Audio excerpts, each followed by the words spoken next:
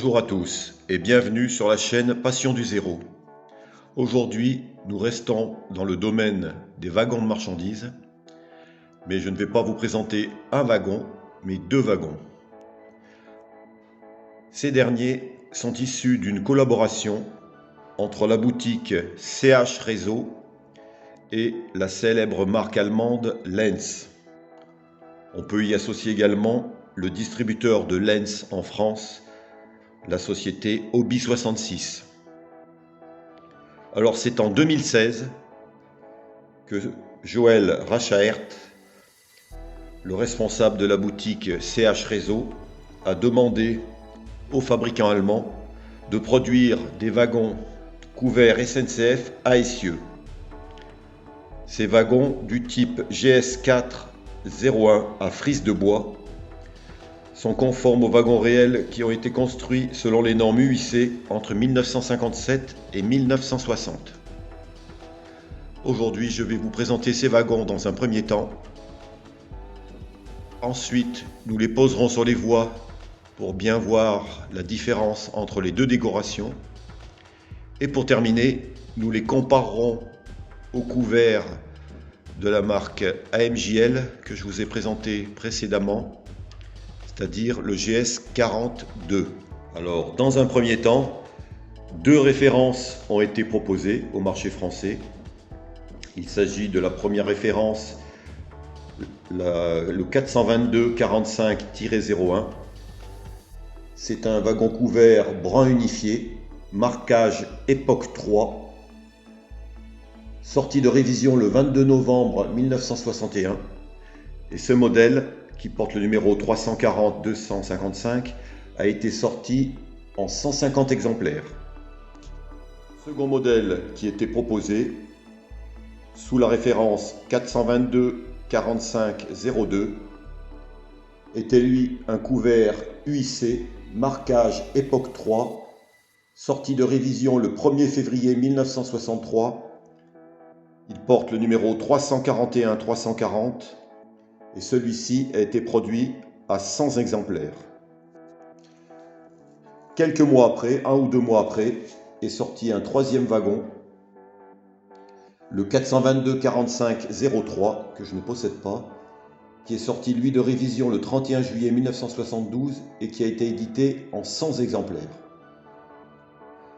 Alors, ces modèles sont traités au 1/45e selon les standards de Lenz. Le châssis est métallique, la caisse et les accessoires en plastique injectés avec de nombreuses parties mobiles, dont les portes latérales, les volets. Les tampons sont à ressort, les roues sont métalliques brunies, les attelages à vis sont en option et la longueur hors tampon est de 236 mm. Ces wagons sont livrés dans une boîte cartonné avec un couvercle transparent laissant apparaître le modèle. Dans la boîte, l'artisan français a fourni un attelage à vis, car d'origine ils sont fournis avec l'attelage Lenz, et il y avait également un petit sachet avec les conduites de frein.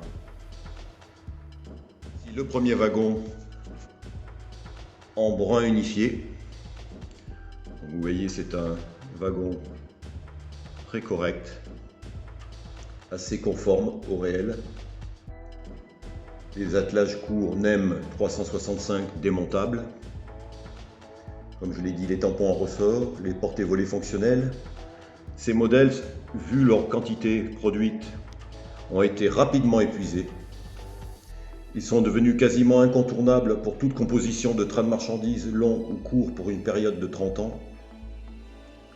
Les seules choses que l'on pouvait modifier, marque allemande oblige, ce sont les tampons, mettre des tampons au SEM, et également modifier les boîtes d'essieu SKF. Certains l'ont fait avec des pièces en impression 3D. Sinon, il n'y a rien à redire. Alors, il faut savoir qu'à l'époque, ces wagons étaient vendus au prix de 135 € pièce. C'est un tarif plus que raisonnable, ce qui a expliqué leur succès. Car lorsque vous voulez débuter à l'échelle 0 ou alors vous faire des rames de marchandises assez longues, eh bien, c'est quand même plus facile avec ces wagons qu'avec du haut de gamme en laiton, où là on flirte avec au minimum les 500 € pièce. D'ailleurs, le succès de ces premiers wagons issus de cette collaboration a entraîné ensuite un second volet pardon, avec les wagons GS4-02 à parois lisses. Toujours dans le même souci de conception. Vous voyez les portes, voilà, ouvrantes. Montrer le châssis. Donc châssis métallique, par contre toutes les autres pièces sont du plastique injecté. L'avantage aussi de ces wagons, c'est qu'on peut les patiner facilement. Je vais vous mettre en photo, en incrustation, des exemples de patines réalisées par certains. On a moins de scrupules de patiner ces wagons en plastique que de patiner des wagons à laiton, surtout dans un premier temps. Moi, c'est ce que je vais faire. Je vais commencer par ceci. Déjà démonter les attelages Lenz, mettre les attelages à vis fournis dans la boîte. Le second modèle, donc en rouge huissé. Donc là, le wagon est totalement en rouge huissé, hein, le toit, le châssis, les frises de bois. Contrairement à l'autre qui était en brun uniquement sur la caisse, le toit était gris foncé et le châssis noir. Là, on a un wagon déjà un peu plus moderne.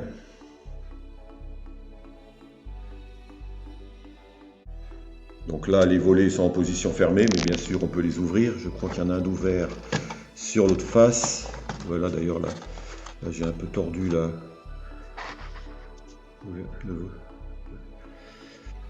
Le mécanisme de fermeture, il est même...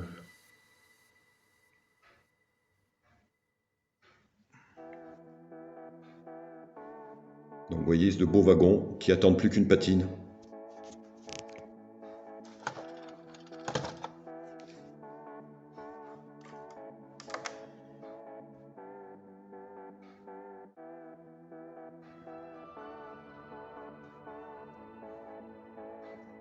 Voilà, donc après ces présentations, on va les mettre tous les deux sur la voie pour voir la différence de teinte. Sur la voie, donc vous pouvez apprécier donc, la version brun unifiée sortie au tout début. Les deux sont époque 3. Hein. Donc ils peuvent facilement cohabiter. Et ça permet de se faire de belles rames de marchandises.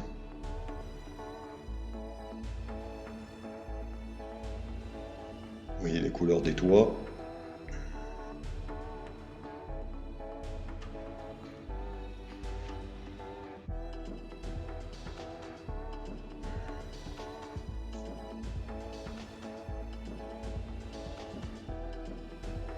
Ces deux wagons Lenz associés au wagon AMJL. Tout cela pour vous montrer donc la différence d'échelle. Alors, on l'aperçoit quand même, cette différence d'échelle entre le 1,43,5 ici à droite et le 1,45 ici à gauche. Le wagon AMJL paraît un peu plus gros. Alors ce qu'il faut faire, dans une rame, les séparer par d'autres wagons, des tombereaux par exemple ou des plats.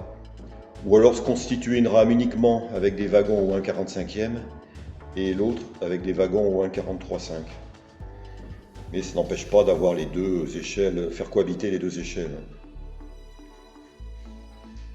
On le voit un peu légèrement au niveau du toit. Au niveau des tampons, ils sont quasiment joints. C'est surtout au niveau de la hauteur, quoi, où ça peut choquer le plus. Les autres font beaucoup plus bas. Voilà ce que l'on pouvait dire sur ces wagons issus de cette collaboration franco-allemande.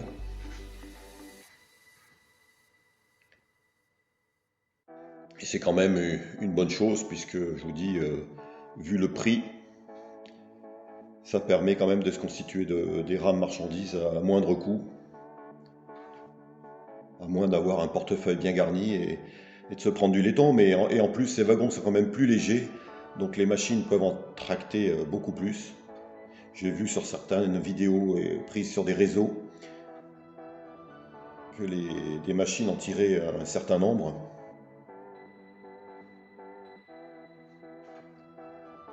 Nous reparlerons de la marque CH Réseau prochainement. Pour ce faire, n'hésitez pas à cliquer, laisser un pouce bleu si cette vidéo vous a plu et à vous abonner si vous ne voulez pas manquer les prochaines vidéos qui vont sortir prochainement. Je vous dis à bientôt et je vous remercie.